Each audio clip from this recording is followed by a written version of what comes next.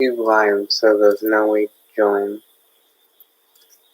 I know I covered this thing more than once, but I want to give a phone response, a phone answer. I want to give the truth on this video. I want to give a firm response and show you guys. I'm going to go to the Greek. Before that, I'm going to show you guys from the very context of 1 John, even with just those 3 verses. You can check about those 3 verses. That these verses are in present tense, and the present tense is descripting not just one imperfect tense, not just past tense, already happened, but a present tense. It's more of a multiple time, more like a continual thing. It's descripting a multiple event in the scripture. So and guys, I'm also going to reply to the question, why? Why would a Christian sin on purpose? Why? Why would they commit a grievous sin against God? I'm not going to give you my own opinion. I'm going to give you a biblical response to why.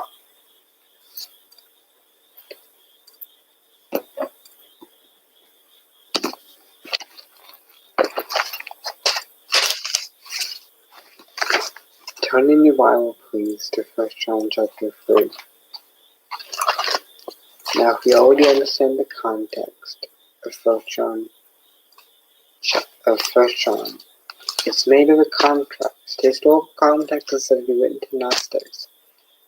Scriptural context, it said that it talk about contrast between the heathen and the saints. Who's saved, who's not. This is the context in it. And in the context, even the chapter before it, it is in present tense. It says, if you say your fellowship with them and walk. That word walk in the Greek is pedipateo, which means to walk around. It indicates more of a living lifestyle usage, that word in the Greek. If we walk in darkness and say we have fellowship with him, we are lying. So this is the context, and it's in present tense even before the chapter. But I know it really sounds convincing. It sounds, and I understand these verses are even used to teach some perfection. To say, look, sin, the word sin in this context is to miss the mark, is to do wrong. So you can't, someone born again doesn't sin, period. This is used to support what's called Wesleyan sanctification, sin perfection. But I understand even how I understand that you would say you put willful in there. And you would use the context of the Old Testament and say, look, you be forgiven for ignorant sins, for sins you put to death for. But let me remind you, that wasn't always the case. King David in Israel was forgiven for willful sins in the Old Testament. Okay? So that wasn't the only case. We do see situations in the Old Testament that willful sin was committed and there was forgiveness. Remember, the symbology of God's deal with Israel is symbology of how God would deal with us today. But it's more merciful. It's more merciful. It's more strict and more merciful at the same time. God's grace has been past tense revealed through the work of Christ, and it's more strict because Christ took it to a whole nother level.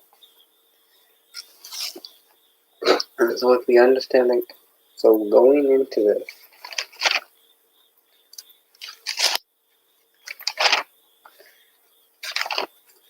first I want to answer, and I'll give you a scripture. I want to answer why.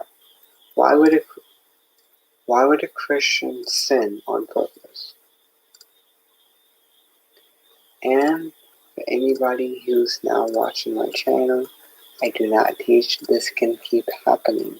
I would say just to ponder on.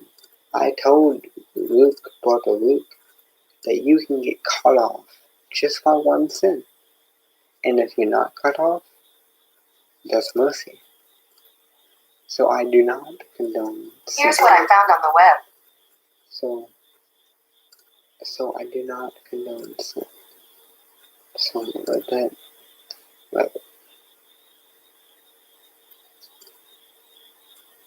Beware, brethren, lest you fall into the feebleness of sin. The deceivableness of sin. The deceivableness of sin.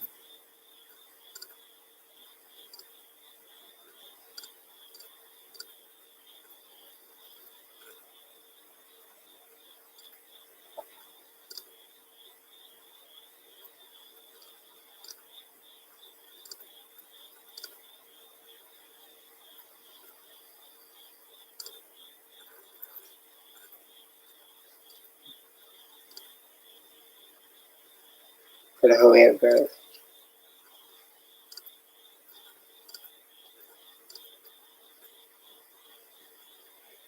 I'm going to read this real quick.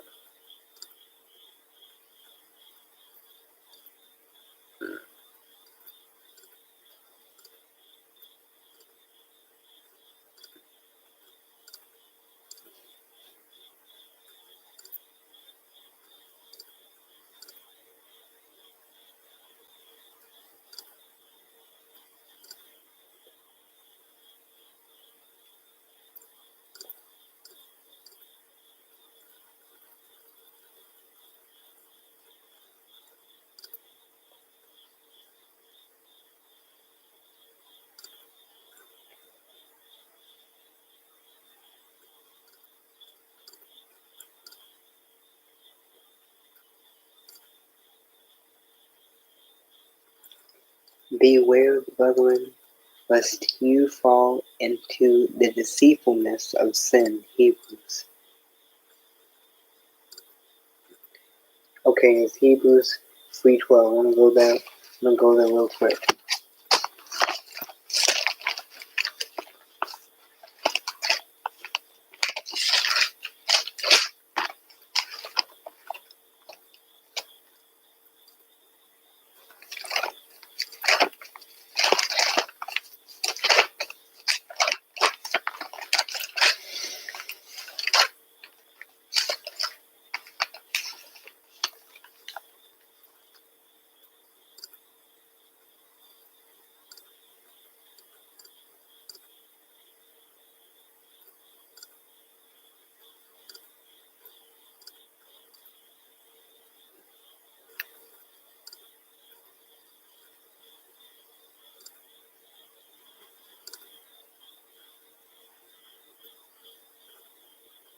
Yeah, Hebrews 3:13.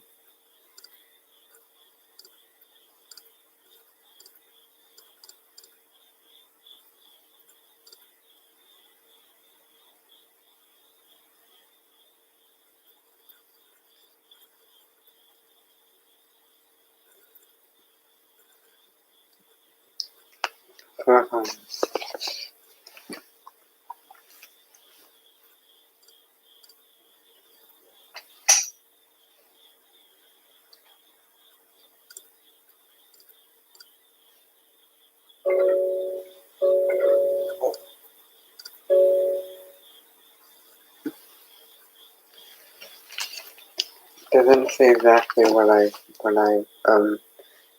quoted, but this is what it says. Take heed. This is Hebrews chapter 3, verse 12. If you wanna note it, it's Hebrews. It says, "But exhort one another daily, while it's called today, lest any one of you be hardened through the deceitfulness of sin."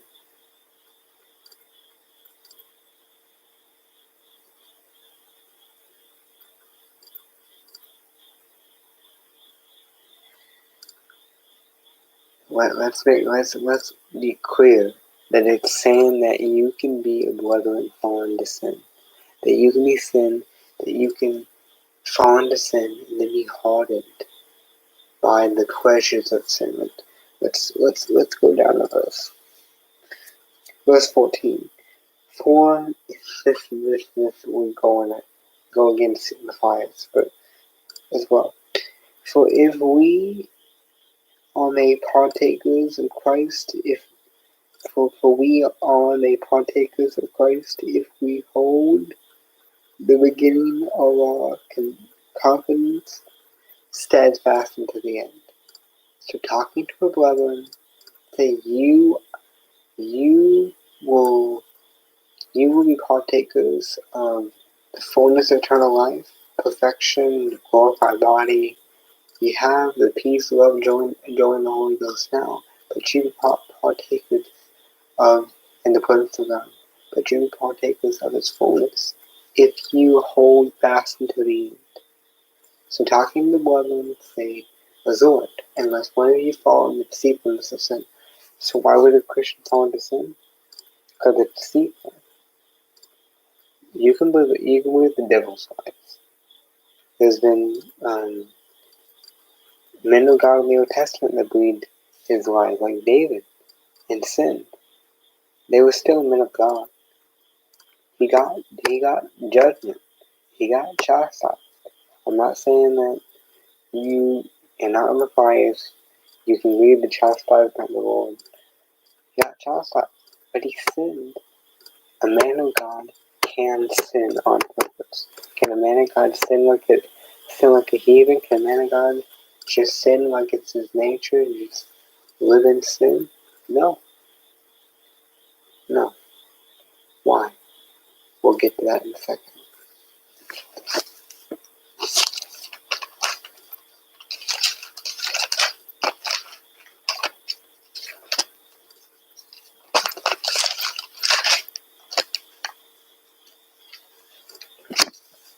Let's see what this means. This is 1 John chapter 3. I'm going to start at verse.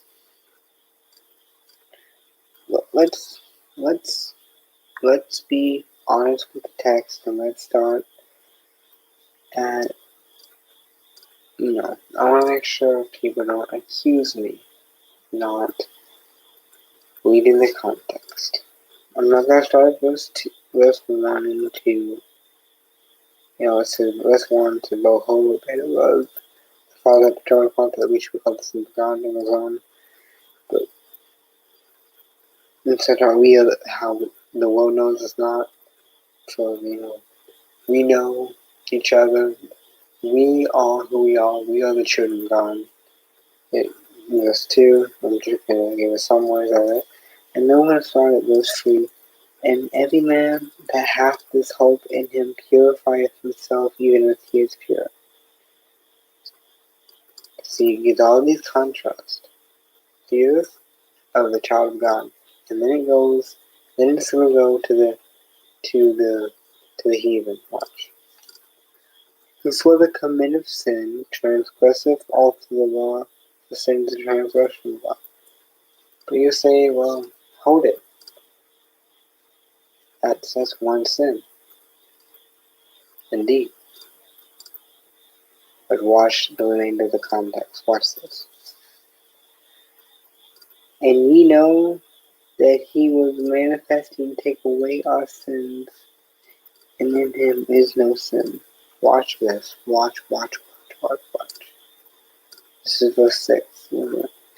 Whosoever abideth Abide in the Greek and in context means to remain, to wait, to stay. So whosoever abideth in him sinneth not, whosoever sinneth hath not seen him, neither known him. So King David didn't know God, even though he's a man after God's own heart. He said, whosoever? No. No. That's not what I'm saying here. If you were, for example, if someone you see in the world, just in the world, in those sins, makes a mock of God, just has pleasure in those sins, revels in those sins, mocks, glories in their shame, they don't know God. Gotta take this in context. But let's keep going. Verse 7, the verse right before verse 8 and 9. Little children, let no man deceive you. Whosoever doth righteousness, whosoever he that doth righteousness is righteous even as he's righteous. So, does this mean if you sin, if you do willful submission to God once, you're righteous even as he is righteous? No. No. And notice,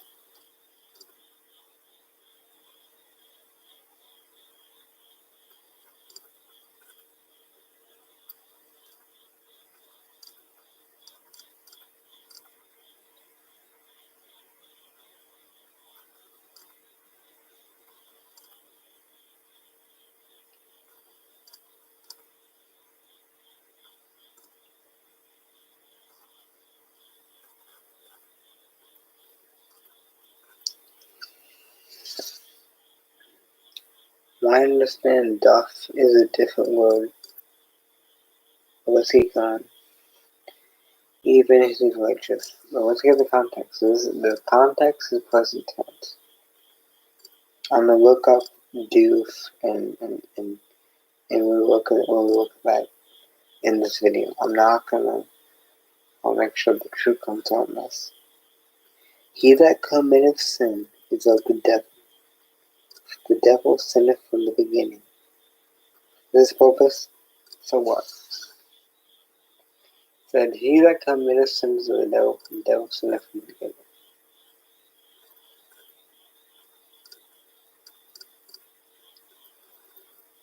Has the devil sinned one time since the beginning? Or does the devil have more of a continual nature, a heart of rebellion? Gotta take this in context. He that committeth sin is of the devil, for the devil sinneth for the beginning. For this purpose the Son of God was manifested anyway. I understand that sinneth from the beginning can mean sin. He sinned at the beginning. I understand that. So let me honest with that. Okay. The Son of God was manifested that it might destroy the works of the devil. Whosoever is born of God does not commit sin. For his seed remaineth in him, and he cannot sin because he is born of God.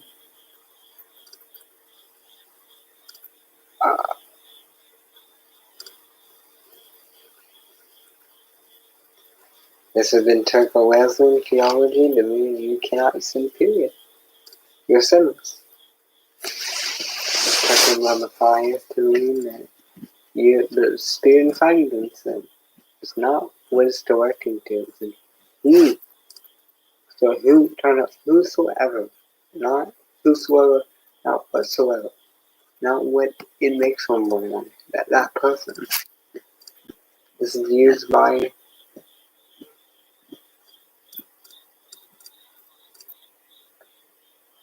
again doctrine enforcer.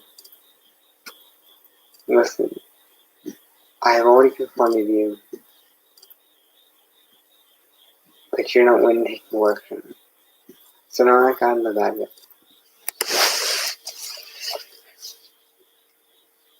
I'm gonna pop out this. Who makes the law? God or man? So who defines what's murder and what's evil? God, the robot, or the robot maker? Or the robot maker.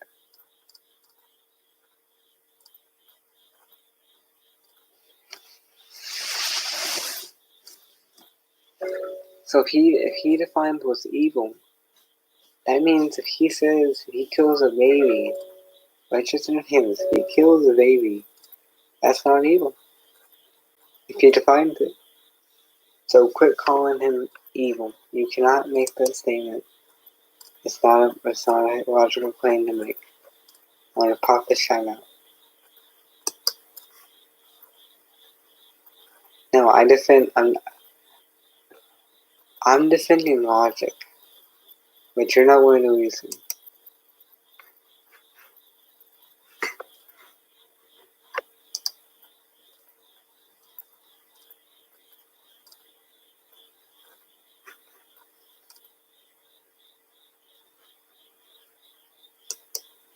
It's completely logical to say God defines what's evil and what's murder. Thus, if God says that's not killing, it's not a kill.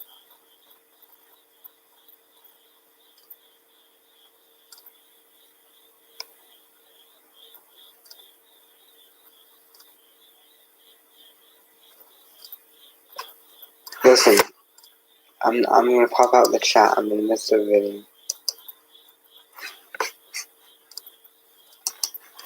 Wow, that just means I can't see it beside the screen.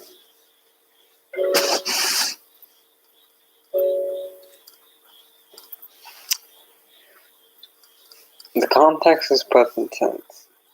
I understand do. Do if mean do. Do not commit sin. But what does that mean? Because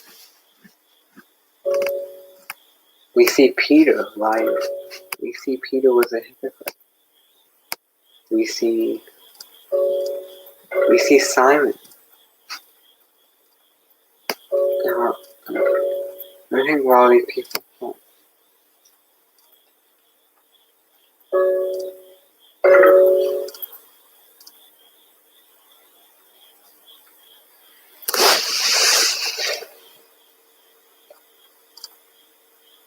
What does First John chapter 3 verse 9 mean in the Greek?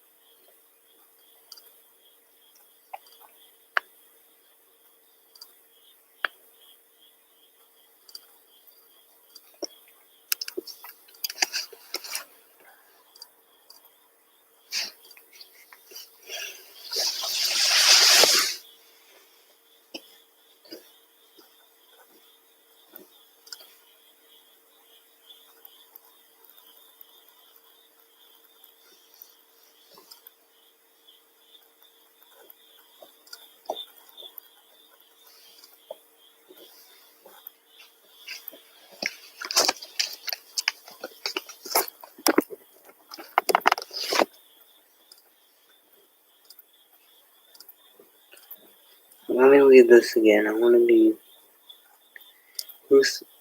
He that committeth sinneth of the devil sinneth from the beginning.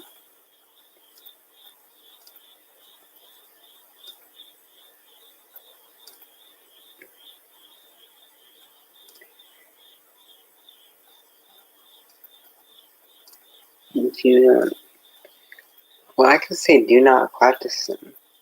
So,